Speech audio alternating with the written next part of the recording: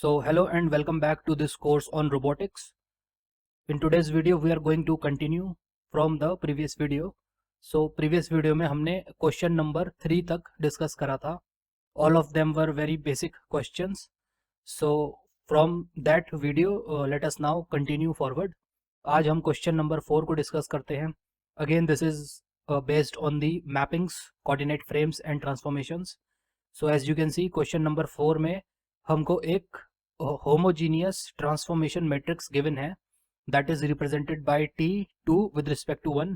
ये एक 4x4 matrix है as you can see over here और इसकी वैल्यू आपको गिवन है. ठीक है, सो आपसे पूछा जा रहा है what is the value of this particular matrix.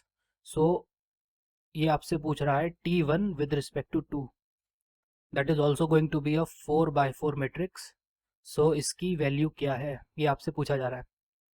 सो इस क्वेश्चन को कराने का मेन पर्पज़ ये है सो दैट इन फ्यूचर आपको इन्वर्स निकालना आ जाए.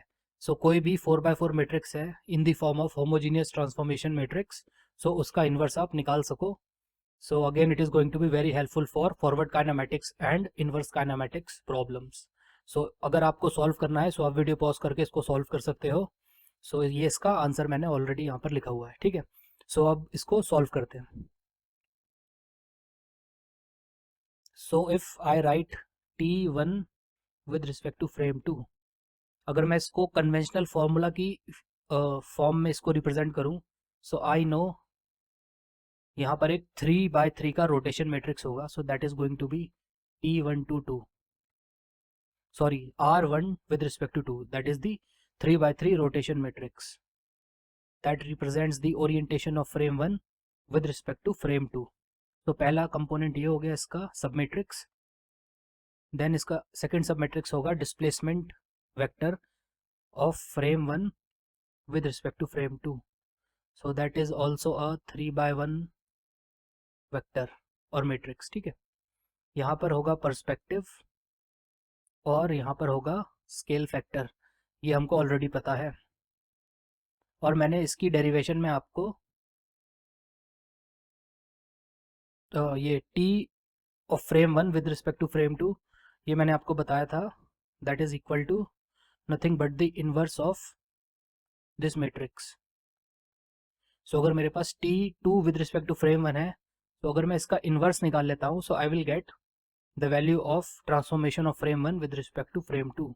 ठीक है, so from the given data the value of this matrix is given to me. so this value is given to me. So this is the rotation part, the upper 3x3 matrix. This is the translation part or the displacement part, and this is perspective, and this is the scale factor.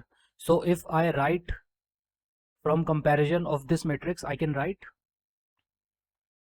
R2 with respect to frame 1, the rotation part is going to be equal to this portion. Okay, so this 3x3 matrix represent the rotation. So let me write it. So this one is the rotation part. ये हमारा rotation part है. Similarly from the above matrix I can also write the value of D2 with respect to frame 1, that is the displacement of the origin of frame 2 with respect to the origin of frame 1. So अगर मैं इसको given data से compare करता हूँ, so this is the given data and this is the displacement matrix और the displacement vector, the value of which is 7, 5 and 7. So I can write 7, 5 and 7. So both of these data, this and this, they are given data. Okay, so I will write given. Now I need to find R1 with respect to 2. So मेरे को ये निकालना है R1 with respect to 2. जो हमने इसकी derivation करी थी of how to invert a homogeneous transformation matrix, उसमें मैंने आपको बताया था जो रोटेशन मैट्रिक्स होता है that is a 3x3 matrix. So वो एक ऑर्थोगोनल मैट्रिक्स होता है. सो अगर मेरे को R1 with respect to 2 निकालना है, so for that I need to take the inverse of this matrix. So I take the inverse of this matrix, that is the rotation of frame 2 with respect to 1. अगर इस matrix का मैं inverse ले लेता हूँ so I will get this value. ये value मेरे को मिल जाएगी. But because the rotation matrix, this matrix is an orthogonal matrix, that is why the inverse will be equal to the transpose. ये ऑर्थोगोनल मैट्रिक्स की property होती है. That is why in place of this quantity I can write this parameter. So same rotation matrix का transpose ले सकता हूँ अगर मेरे को इनवर्स निकालना है. So because the rotation matrix is an orthogonal matrix, the inverse will be equal to its transpose, and hence I can write the value of the transpose directly from here. ठीक है. So अगर R2 with respect to frame 1 की value ये है, so इसके transpose की value क्या होगी? कॉलम को आप रो की फॉर्म में लिख दोगे. So writing first column as first row. So मैंने क्या करा, पहले कॉलम को इसका पहला रो बना दिया like this. Now second column को you make second row. So 0, 0.5 and 0.866. ठीक है. Third column will become the third row. So 0 minus 0.866 and 0.5. ठीक है. So this is the value of this parameter, that is the rotation matrix representing the orientation of frame 1 with respect to frame 2. So ये हमने calculate कर ली है. Now इस फॉर्मूले में हमको क्या कैलकुलेट करना है? We need to calculate this value, that is d1 with respect to 2. So main derivation में हमने इसको भी निकाल कर देखा था. सो d1 विद रिस्पेक्ट टू 2, अगर आप मेरी डेरिवेशन देखोगे, सो अल्टीमेटली फुल डेरिवेशन करने के बाद we have derived a formula. That is why हम यहाँ पे दोबारा डेरिवेशन नहीं करेंगे. जो ऑलरेडी एग्जिस्टिंग फार्मूला है मैं वो आपको यहाँ पर बता देता हूँ. So this parameter will be equal to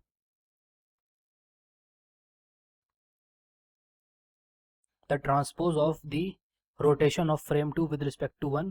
So ये जो rotation matrix है इसका transpose multiplied with the original displacement vector of frame 2 with respect to frame 1. ठीक है, और with a negative sign. So अगर मैं इन दोनों matrices को multiply कर दूंगा, so I will get the value of this matrix. ठीक है. So अगर मैं इसको यहाँ पर कर देता हूँ, so in place of R2 with respect to 1 transpose, I can simply copy this data. Okay. So let me just write the numerical values. Okay, so this is the value of R2 with respect to 1 transpose, and then it has to be multiplied with this matrix, that is the displacement of frame 2 with respect to frame 1. इसकी value कितनी है? That is already given. So the value of this is equal to 7, 5 and 7. ये इसके तीन components हैं. So in place of here I can write 7, 5 and 7. ठीक है. So this is conformal for multiplication. तो इन दोनों को अगर मैं मल्टीप्लाई करके लिख देता हूँ, so the value will be of d1 with respect to 2. So that is equal to, यहाँ पर एक नेगेटिव साइन आएगा. ठीक है. तो यहाँ पे नेगेटिव साइन है, ये वाला नेगेटिव साइन. तो I will just directly write the answer. तो the answer of this is equal to, first component is -7, second component is -8.562, third component is 0.83. so this is a 3/1 matrix. ठीक है. सो अब हमारे पास इस पैरामीटर की value है, that is the displacement of frame 1 with respect to frame 2. Similarly we have the value of this parameter, that is the rotation matrix representing the rotation of frame 1 with respect to frame 2. अब इन दोनों values को हमको simply अपने इस फॉर्मूले में put करना है. सो इस फॉर्मूले में हमको इन दोनों वैल्यूज को पुट करना है. तो in place of rotation matrix मैं 3/3 का वैल्यू पुट करूंगा. In place of displacement vector I will put the value here, and then I will write the value of perspective and gamma. So ultimately I will get the value of the transformation of frame 1 with respect to frame 2. That is nothing but the inverse of the transformation of frame 2 with respect to frame 1. Okay, so now let me just write the values over here. So let us write the value. So T1 with respect to 2, this homogeneous transformation matrix is going to be equal to, first I will just copy and paste the value of this rotation matrix. So इसको copy paste कर देते हैं. So this was the rotation matrix जो मैंने calculate करा था. ठीक. So this is a 3/3 matrix, and let us remove these square brackets as of now. इसके बाद we have to write the value of this entire thing, this entire expression जो हमने calculate करा था, और इसकी वैल्यू आई थी first component is -7, second component is -8.562 and इसका जो third component that is equal to 0.83. Now we will write the value of the perspective submatrix. So this is the perspective submatrix and this is the scale factor that is going to be equal to 1 in robot kinematics. ठीक है, so ये आपका answer हो गया. And in this way we have calculated the value of transformation of frame 1 with respect to frame 2 in terms of homogeneous coordinates, and that is nothing but the inverse of the already given homogeneous transformation. So ये हमारी already given homogeneous transformation थी, इसका हमने inverse find कर लिया, that is represented by this. Okay, so this is the answer. Now let us go to the next question. So this is question number 5. So इस question में the condition is like that frame 2 is translated by 2 units along x-axis, 1 unit along y-axis, and is rotated by 30 degree about the w-axis. So write down the homogeneous transformation matrix for this operation. If you want to solve it by yourself, this one is the answer. आप इसको pause करके solve भी कर सकते हो. So let us now move to the solution. ठीक है, so यहाँ पर ध्यान देना first operation. So first let me write the operations.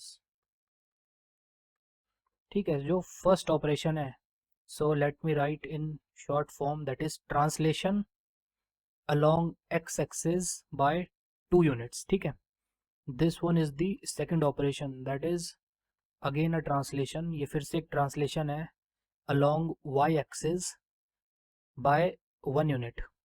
and जो third operation है, so ये लिखा है and rotated by 30 degrees about the w-axis. so this one is rotation about w-axis by 30 degree. ठीक है, सो अब इसमें आप कौन सा रिप्रेजेंटेशन यूज करोगे, ये एक छोटा सा कंसेप्ट यहाँ पर है. So as we know that fixed frame is given by X Y and Z. ठीक है, और यहाँ पर मैंने क्वेश्चन में थोड़ा सा स्पेस सेव करने के लिए ये सब लिखा नहीं है, बट अगर आपके पास यूपीएससी लेवल का एग्जाम होगा सो उसमें आपको ऑलरेडी क्वेश्चन में गिवन होगा कि the fixed frame is represented by X Y and Z and the mobile frame represented by U, V and W. ठीक है, सो अगर मैं ये सारी बातें लिखूंगा तो मेरे को ये सारे क्वेश्चन लिखने में बहुत ज़्यादा टाइम लग जाएगा. दैट इज़ वाई मैंने ये बेसिक इन्फॉर्मेशन यहाँ पर स्किप करी हुई है when it comes to writing the questions, but ये सब ऑलरेडी अंडरस्टूड है. ठीक है, सो ये हमको ऑलरेडी मान के चलो क्वेश्चन में गिवन होगा कि XYZ फिक्स्ड फ्रेम है, UVW is the moving frame. So as you can see from both of these operations, जो भी ऑपरेशन हो रहा है that is with respect to the axis of the fixed frame. So fixed frame 1 के about आपने कुछ operation करा है, एक्स एक्सिस के around about translation, Y axis के अबाउट ट्रांसलेशन. ठीक है, सो ये दोनों फिक्स्ड फ्रेम वाले ऑपरेशंस हैं. But in the operation number 3 there is a rotation with respect to W axis and W axis is an axis of mobile frame. तो यहाँ पर मोबाइल या मूविंग फ्रेम के अराउंड एक ऑपरेशन हुआ है. देयरफॉर इस क्वेश्चन को करने का राइट अप्रोच होगा is to use the Euler's angle representation. ठीक है, तो आपको ऑयलर्स एंगल रिप्रेजेंटेशन यहाँ पर यूज करना चाहिए, that will yield the right answer. इसी ऑयलर्स एंगल को we call it moving angle representation. ठीक है, सो इस केस में क्या होता है, if I write the composite या overall transformation, so I will write T overall. This is the overall transformation in terms of a matrix. ठीक, so this matrix is going to be, so in Euler's angle या moving angle representation में जो first operation होता है that is written on the left most side. ठीक है, so first operation को मैंने लेफ्ट मोस्ट साइड पे लिखा है, that is translation about x-axis by 2 unit followed by post multiplication of the second operation. ये मैंने आपको ऑलरेडी डिटेल में प्रीवियस वीडियो लेक्चर्स में जब हमने डेरिवेशन करी थी वहाँ पर क्लियर कर रखा है. ठीक है, so this is the first operation, this one is the second operation. Second operation को we have post multiplied the second operation with the first operation. तो फर्स्ट ऑपरेशन के बाद हमने पोस्ट मल्टीप्लिकेशन करी है सेकेंड ऑपरेशन की. So that is the translation along Y axis by 1 unit. And फिर इसमें भी हमने पोस्ट मल्टीप्लिकेशन कर दी है थर्ड ऑपरेशन की, that is rotation about W axis by 30 degree. So this one is the third operation. यहाँ पर हमने पोस्ट मल्टीप्लिकेशन करी है because we are having the Euler's angle representation. ठीक. सो अब इस केस में आप क्या कर सकते हो, तीनों के तीनों ऑपरेशंस की you can just write the value in terms of matrix and that is in homogeneous coordinates. So इनकी मैं अगर मैं वैल्यू लिख लेता हूँ, so this is simple translation along X axis. So I will write 1 0 0 0 1 0 0 0 1. So this is the rotation part. Because यहाँ पे कोई भी रोटेशन नहीं हुई है, that is why the rotation part is an identity matrix of order 3. This is the perspective. In terms of translation यहाँ पर हमको क्या है, 2 यूनिट ट्रांसलेशन हो रही है along X axis. So first component is going to be 2.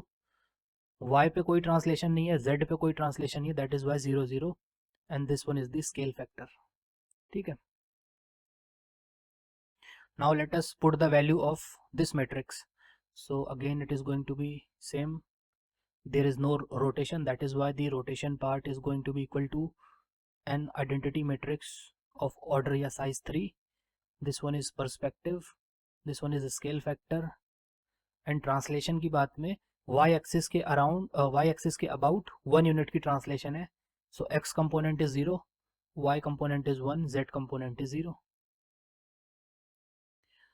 Now the third operation is rotation about w axis by angle theta.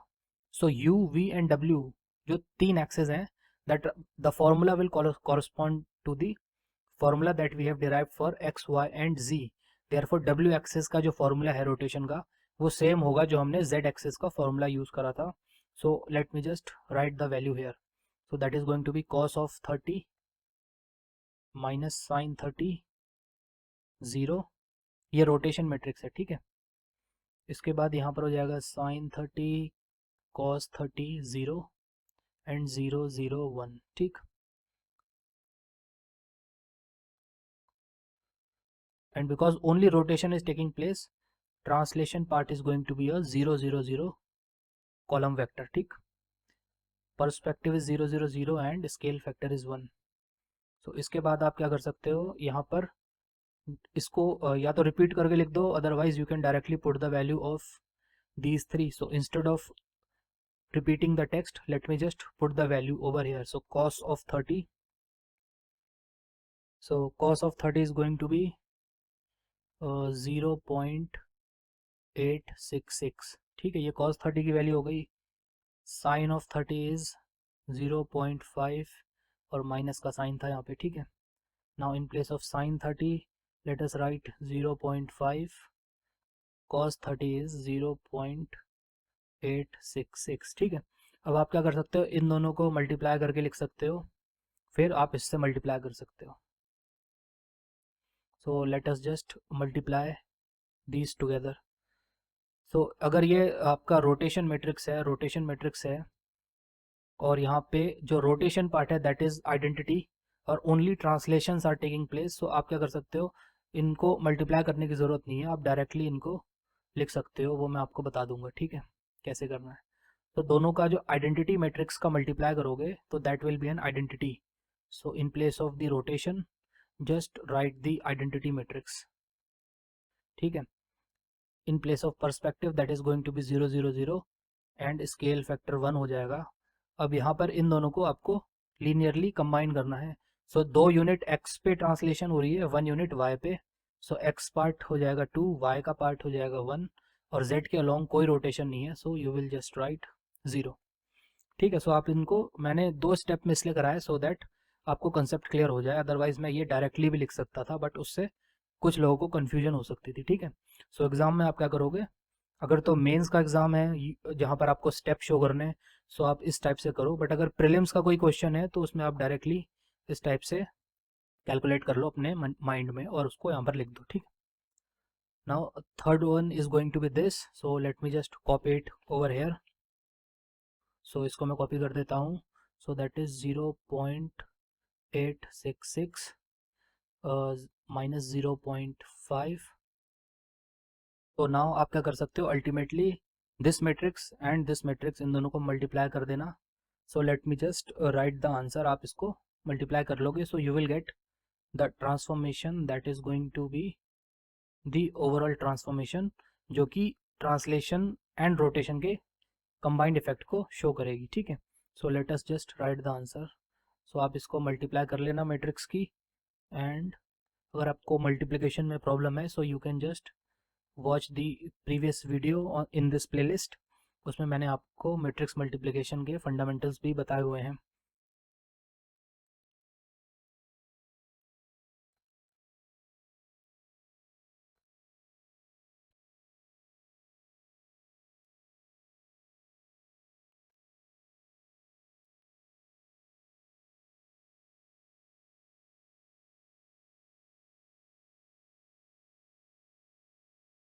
So this one is the overall transformation. तो अगर आप इसमें एक चीज़ notice करोगे, ये जो हमारा फाइनल आंसर है, इसका जो ट्रांसलेशन पार्ट है 2, 1 and 0, that is directly coming from the translation part of the first matrix. ठीक है, सो जैसे कि आप देख सकते हो ये वाला translation part is same as this, और जो हमारा ओवरऑल ट्रांसफॉर्मेशन है, इसका जो रोटेशन पार्ट है, this part, this 3/3 matrix, it is directly coming from the rotation part of the second matrix. ये जो रोटेशन पार्ट है that is same as this one. तो instead of writing all this and then solving, फिर इसको matrix multiply करके जो हमारा ये आंसर आया है, ठीक है, इसका एक डायरेक्ट मेथड भी होता है. दैट इज, अगर आपको ओवरऑल ट्रांसफॉर्मेशन लिखनी है so you can just write it down in one step as well. So देखो, ट्रांसलेशन यहाँ पे x के अलॉन्ग 2 यूनिट है, y के अलॉन्ग 1 है, and then there is a rotation of theta. So मुझे पता है जो रोटेशन मैट्रिक्स होगा that is going to be this portion. So मैंने क्या करा, इस पूरे के पूरे पोर्शन को कॉपी करके अपने फाइनल आंसर में लिख दिया, that is this portion. So I will just write in terms of symbols. So ये 3/3 मैंने वहाँ से कॉपी कर दिया. ठीक, उसके बाद ये वाला जो ट्रांसलेशन मैट्रिक्स है, ये मेरे को यहाँ से मिल जाएगा, x के अलॉन्ग 2, y के अलॉन्ग 1 एंड z के along 0. So I can just directly right 2 for x, 1 for y and z पे 0, and then perspective is going to be 0 and scale factor is 1. So you can just directly get the answer. ठीक है, so I hope ये आपको clear हो गया होगा. So let us now move to the next question. So ये एक और सिमिलर टाइप का क्वेश्चन है, इसको हम डायरेक्ट सॉल्व करेंगे. ठीक है, सो एक पॉइंट P है that is in mobile frame, that is frame number 2, and that is given bye these parameters, that is 1, 2 and 3. So frame 2 को हमने क्या करा है, we have rotated it by 30 degree about the z axis and then translated by 2 units along y axis and -1 unit along the z axis. So now after this composite transformation we have to find P in frame 1, that is you have to find the value of this vector. Okay, so अब हम क्या करेंगे, जैसे हमने last question में sequence of operation को लिखा था, फिर उसमें मैट्रिसेस की वैल्यू पुट करके मल्टीप्लाई करके we have reached to the overall transformation matrix. इस केस में हम क्या करेंगे, डायरेक्टली अपना ओवरऑल ट्रांसफॉर्मेशन मैट्रिक्स लिख लेते हैं. ठीक है, so if I write the overall transformation of frame 1 with respect to frame 2, so you can just write it directly. वो कैसे होगा,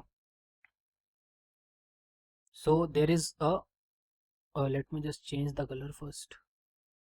So there is a rotation by 30 degree about the z axis. So जो इसका 3/3 का rotation part होगा, that will consist of the rotation formula about the z axis by 30 degree. So I can just write cos 30 minus sin 30 0, sin 30 cos 30 0 and 0 0 1. ठीक है, rotation part में इतना हो गया, और ट्रांसलेशन पार्ट में क्या होगा, जो अदर डेटा है वहाँ से आप ट्रांसलेशन पार्ट कैलकुलेट कर सकते हो। तो 2 units along y minus 1 unit along z, तो y और z पे मूवमेंट है, so 2 units along y minus 1 along z, x पे कोई मूवमेंट नहीं है, so this will be equal to 0। ठीक है, so let me just close it and यहाँ पे perspective that is going to be 0 0 0 and this is the scale factor. ठीक है, सो this way we have directly written the transformation matrix that represents the overall transformation of frame 2 with respect to frame 1। और अगर आप prelims का कोई question solve कर रहे हो, so instead of writing cos and sin you can just directly put the value, so in place of cos of 30 let us put the value 0.866, sin 30 so that is minus 0.5, sin 30 0.5 and cos 30 is 0.866। so this is the value of t2 with respect to frame 1। so now given there is a point p present in frame 2 that is given by 1 2 and 3, so we can write given is point p in frame 2 is given by 1 2 and 3। okay, so you have to find the value of the same point p but with respect to the fixed frame। so इसकी value आपसे पूछा जा रहा है। so इसके 3 components होंगे P X, P Y and P Z. ठीक है, with respect to frame 1। So ये तीनों कंपोनेंट्स आपसे पूछा जा रहे हैं। ठीक, so how to find it, by using the simple transformational formula. So ये मैंने आपको ऑलरेडी बताया है। So you are given P in frame 2, you have to find P with respect to frame 1। So simply अगर आप इसको pre multiply कर दोगे with the transformation that is going to map the point P from frame 2 to frame 1। so अगर आप इस transformation से इस पॉइंट को या वेक्टर को प्री मल्टीप्लाई करोगे so you will get the vectors description in frame 1। ठीक, so in place of P1 we can just write it symbolically। in place of this transformation matrix we can write the value of this। so let me just copy it from here and let us put the value here।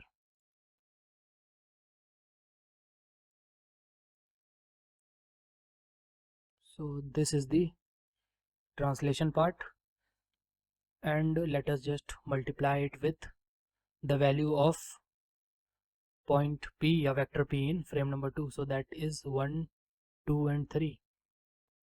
so इसको अगर हमें homogeneous coordinates में transform करना है so we have to write the value of scale factor as the fourth parameter। so scale factor 1 होता है हमारा। ठीक, so इसको आप मल्टीप्लाई करके इसका आंसर कैलकुलेट कर सकते हो। So I am not going to do the matrix multiplication over here, मैंने ऑलरेडी इसका आंसर कैलकुलेट कर रखा है। सो मैं यहाँ पे इसका आंसर डायरेक्टली लिख देता हूँ। ठीक, so the value of vector p with respect to frame 1 is going to be minus 0.134 4.232, third component is 3 and obviously it is in homogeneous coordinates, so fourth component is 1 that represents scale factor or sigma। ठीक है, so this is the answer। अब आपसे अगर पूछा जाए Cartesian coordinates में so you just write the 3 components in Cartesian coordinates। so this one is in homogeneous coordinates, this one is in Cartesian coordinates। so Cartesian coordinate में 3 components होते हैं x y और z के along। so first component is this, second component is this and third component is this। यहाँ पर हम scale factor को represent नहीं करते हैं। ठीक है, सो आई होप ये आपको क्लियर हो गया होगा।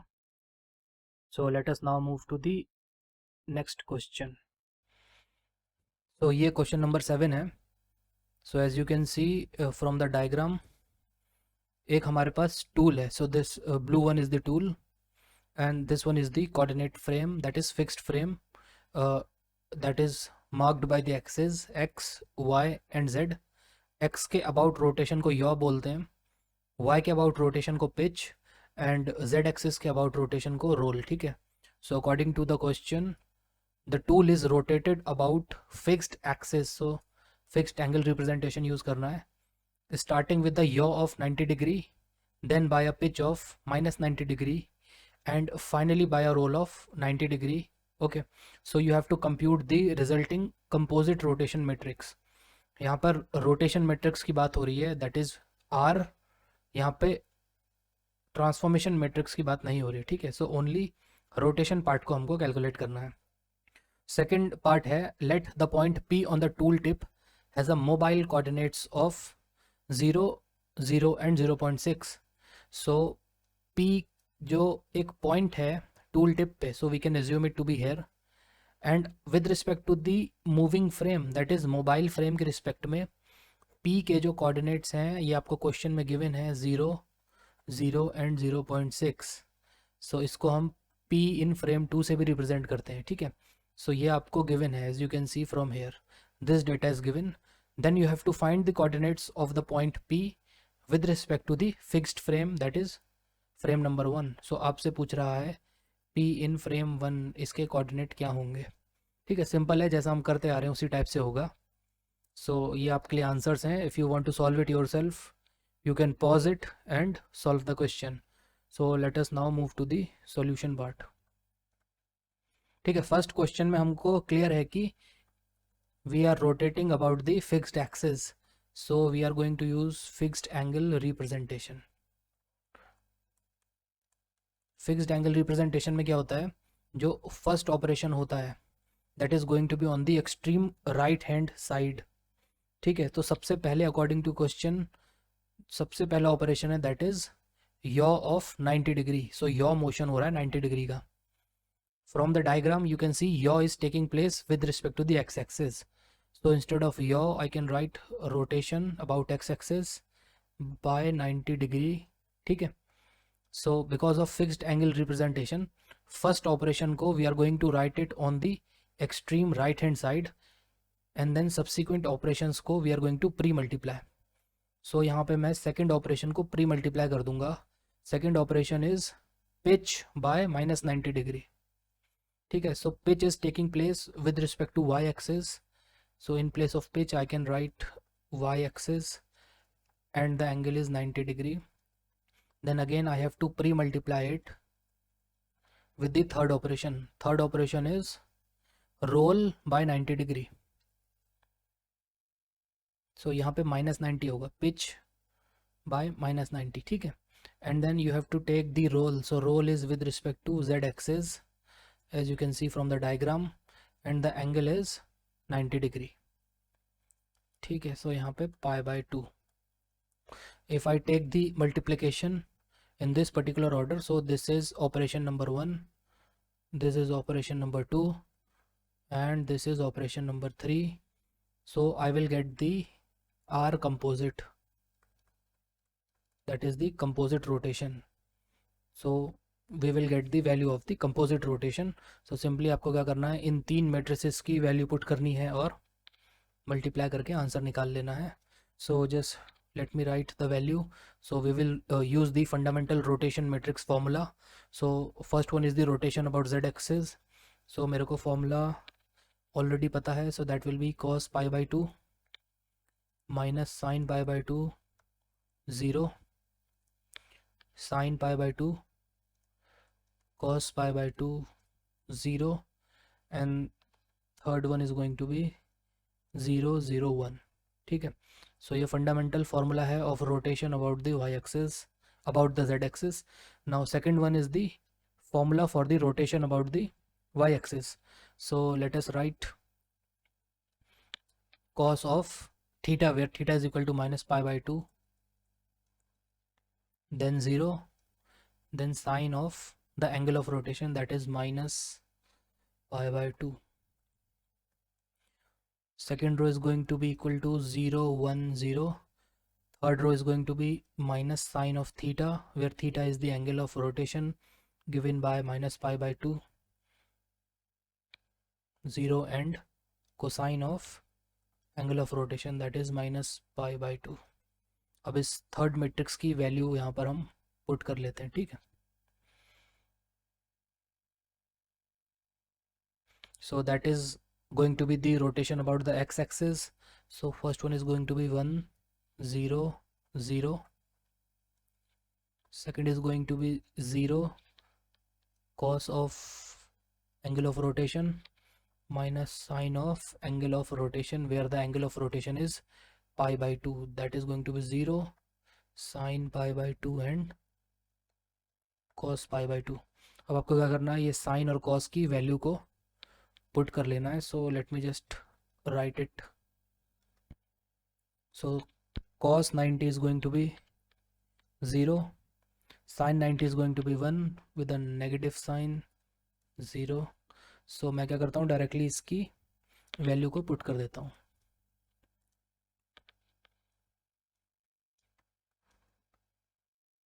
ये सेकंड मैट्रिक्स, इसकी वैल्यू हो जाएगी 0 0 -1 0 1 0 1 0 0. Third matrix is 1 0 0 0 0 -1 0 1 and 0. अब आप इन तीनों को मल्टीप्लाई कर लेना.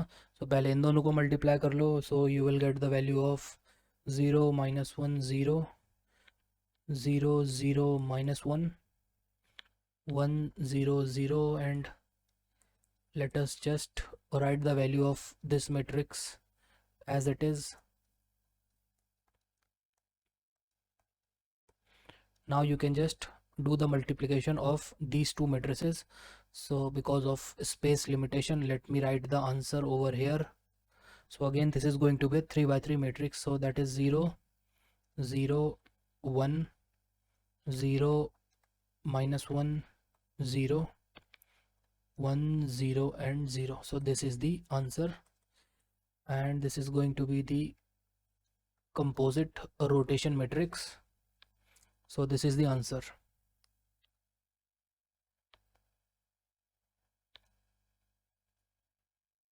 Now second part is, so there is a point P present on the tool's tip. The coordinate of the point with respect to the mobile frame, that is frame number 2, is given by these three parameters. Then you have to find the coordinates of the point P with respect to the fixed frame, that is frame number 1. So इसकी value आपको निकालनी है. So for doing it, let us write the given information. So let me write the given information. So given the coordinates of the point P with respect to the mobile frame, ये data हमको given है. First component is 0, second is 0, third component is 0.6. ठीक है. Also we have calculated the value of the composite rotation matrix. So we can write it by RC, that will represent the composite rotation matrix, or because there are only 2 frames, so we can also write it using the conventional method of representing it like this. So this is the rotation matrix that represents the rotation of frame 2 with respect to frame 1. ये हमने previous part, that is part number 1 में calculate कर लिया है. So इसकी value मैं one more time लिख देता हूँ, that is 0 0 1 0 -1 0 1 0 0. ठीक है. Now you have to calculate the coordinates of the point P present on the tool tip with respect to the fixed frame. ये आपको निकालना है. So again, simple सा operation है, you can do it. So P in frame 1 is going to be equal to the P point in frame 2 pre-multiply with the transformation of frame 2 with respect to 1, because here only rotation is taking place और हमने खाली rotation matrix को calculate करा है. So we can just write the rotation of frame 2 with respect to 1. ठीक है. So इन दोनों की वैल्यू आप पुट कर लेना. So let me just write it one more time.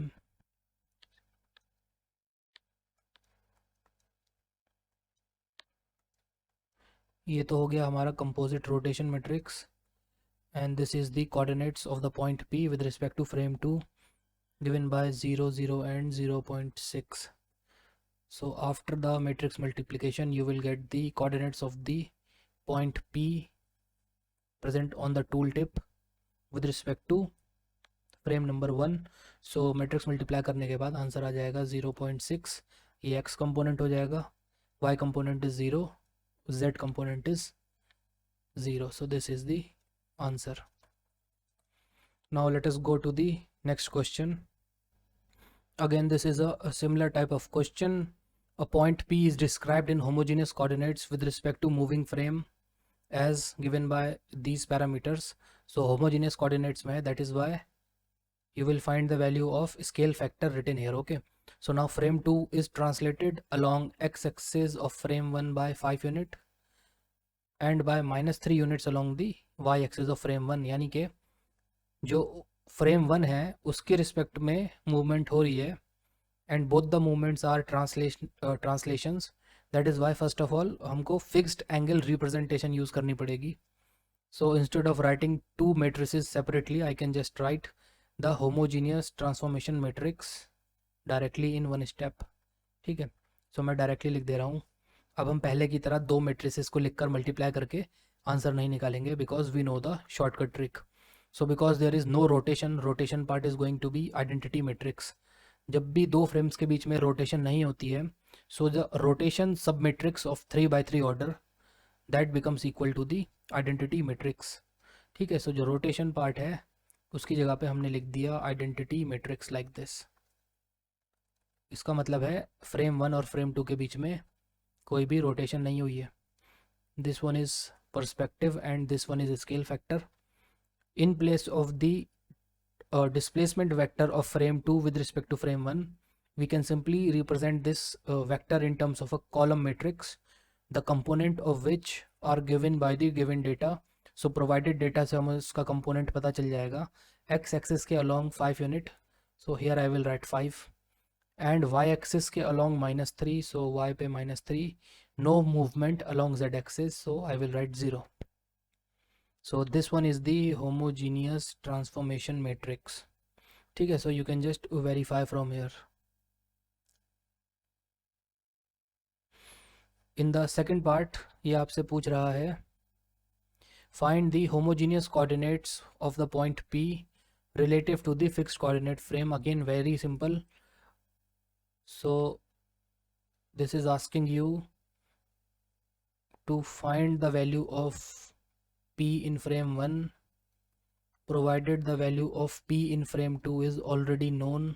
So क्या करना है, simply transformation से multiply कर देनी है. ठीक, so instead of writing, let us just copy the data and put it here. So this one is the transformation matrix, that is T2 with respect to 1. Just multiply it with the coordinates of the point P in frame 2. so ये हमको question में given है 0 0 10 और इसको homogeneous coordinate में करोगे so use scale factor of 1. So this one is the scale factor. ठीक है, ये क्वेश्चन में गिवन है आपको. So this one is given the coordinates of point P in frame 2 is given by 0 0 10 and 1. so this one is the scale factor. so यहाँ पे मैंने ये लिख दिया है. इन दोनों को जब आप मल्टीप्लाई करोगे so you will get a 4x1 matrix and that will be the description of the point P in frame 1 या फिर vector P described in frame 1, आप कैसे भी बोल सकते हो. ठीक है, so after the matrix multiplication the first component is going to be 5, second one is -3, third one is 10. so this is x, y and z, and the fourth component is going to be scale factor, so put the value equal to 1. so this is in homogeneous coordinates. अगर आपसे physical coordinate पे बोले so just write the upper 3 values of x, y and z and drop of this scale factor. ठीक है, so this is the end of question number 8. so let us now solve one more problem. so this is question number 9. here it is explicitly given that frame number 1 is x, y and z. this is the fixed frame and frame number 2 is u, v, w is the mobile frame and the two are initially coincident, ठीक है। यानी कि अगर एक frame इस type से है, frame 1 and then second frame is like this, so both are initially coincident at the common origin, ठीक। ये डेटा आपको गिवन है। Let the frame number 2 is translated along y-axis by 3 units and then frame 2 is rotated by pi radians about the z-axis. So operation is taking place with respect to y and z-axis of the fixed frame. Therefore fixed angle representation of orientation को आप use करोगे इसमें, ठीक है। Then find the transformation of u-axis of the mobile frame after this composite operation.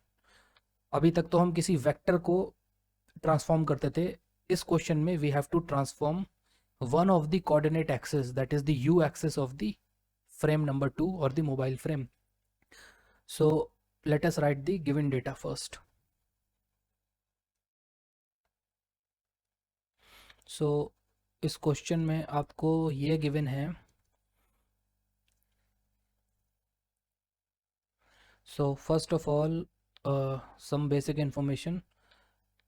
जो U axis होती है, तो अगर मैं फ्रेम नंबर 2 को ड्रॉ करता हूँ रफली, so if this is frame 2, this one is the U axis, this is v and this is w, okay.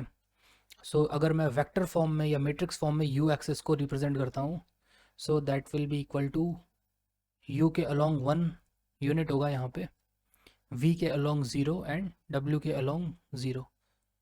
So this is how we represent the u unit vector. So this is a unit axis or unit vector, ठीक है। So this can be written with respect to frame 2. So this one is the given data. So if I write the value of u unit axis or u unit vector in frame 2, so this is going to be x component or u component, that is the component of this vector along u axis is 1, v axis के along कोई component नहीं होगा, so 0, w axis के along कोई component नहीं होगा, so 0.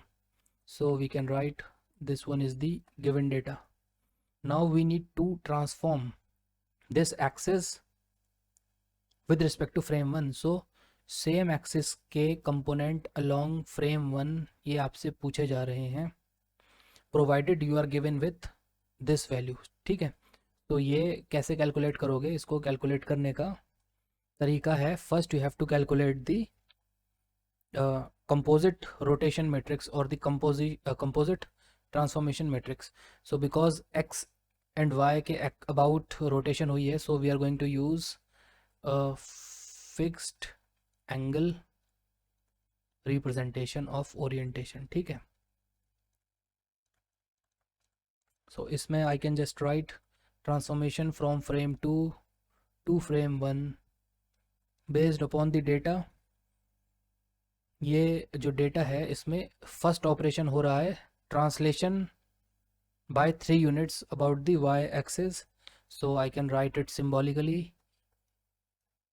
Trans about y axis of 3 unit, and because we are using fixed angle representation, जो first operation होगा that is going to be on the extreme right hand side, followed by और pre multiplied by the second operation.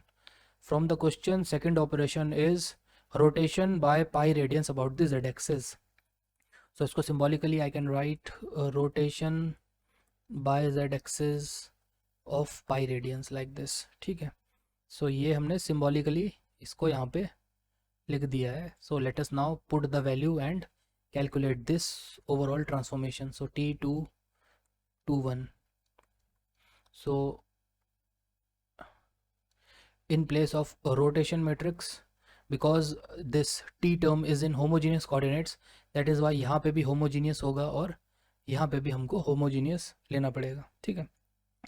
So इस matrix का rotation part is going to be cos pi minus sin pi 0, sin pi cos pi 0 and 0 0 1, ठीक है।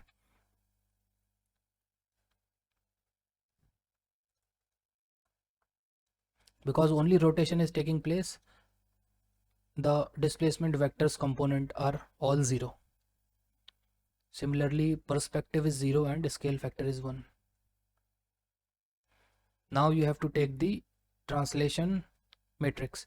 So only translation is taking place. So इसका जो rotation part है that is going to be an identity matrix. ये हो गया identity matrix.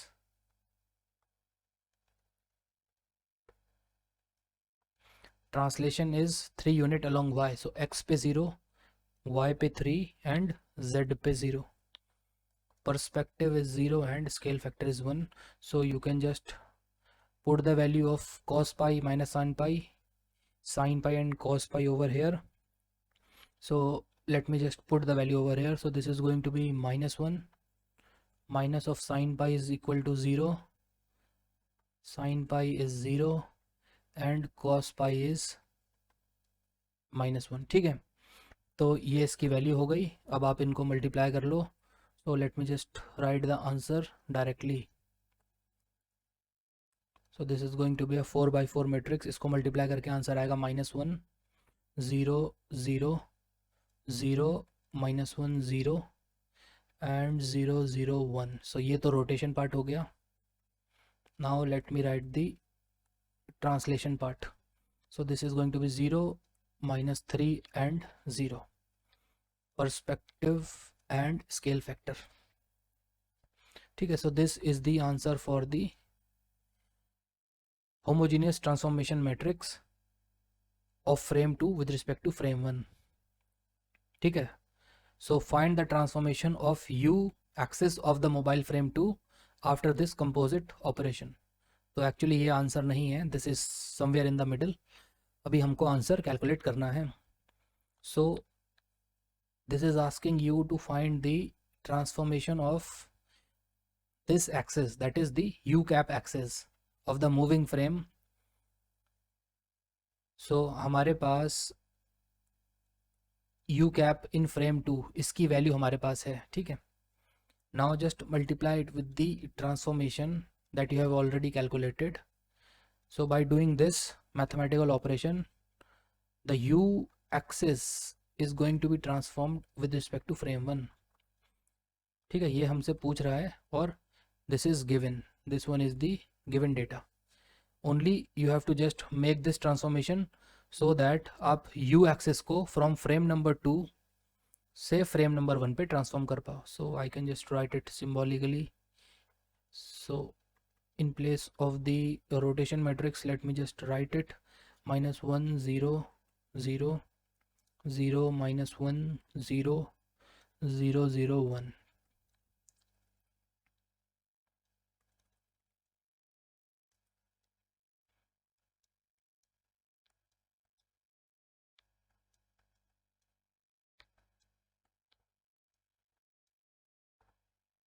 In place of this, that is the coordinates of the u axis of frame number 2, यहाँ पे हम लिख देंगे 1 0 and 0 एंड इसको हमने होमोजीनियस कोऑर्डिनेट्स में लिखा है. So fourth component is going to be scale factor, जिसकी वैल्यू 1 होती है. ठीक है, सो इसको अगर आप सॉल्व करोगे so you will get the value.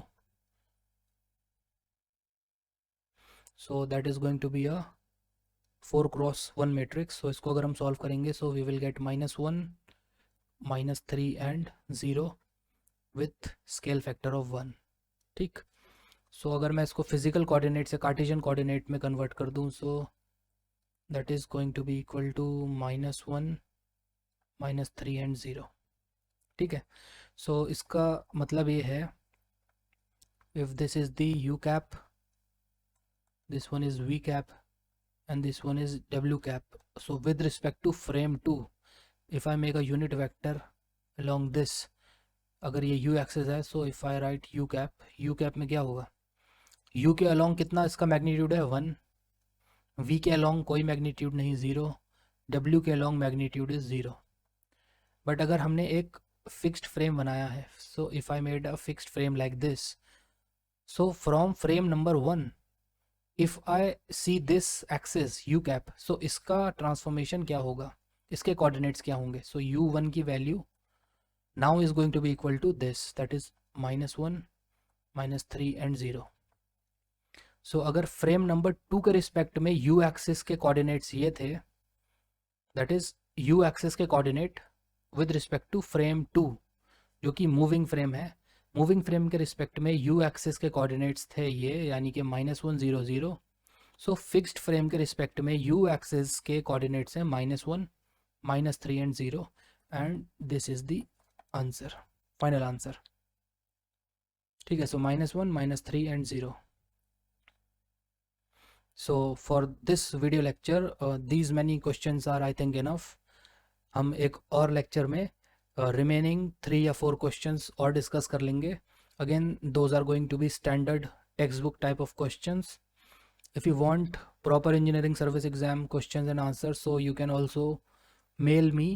अगर आप मेरे यूट्यूब चैनल के अबाउट सेक्शन में जाओगे, so there is a email ID, you can mail me on that अगर आप कोई पर्टिकुलर टॉपिक पे वीडियो चाहते हो तो. सो नेक्स्ट वीडियो में हम 3 क्वेश्चंस और सॉल्व करेंगे. उसके बाद we are going to start the new unit related to the forward kinematics. So I hope you have learned something in this video, and thank you very much for watching this video.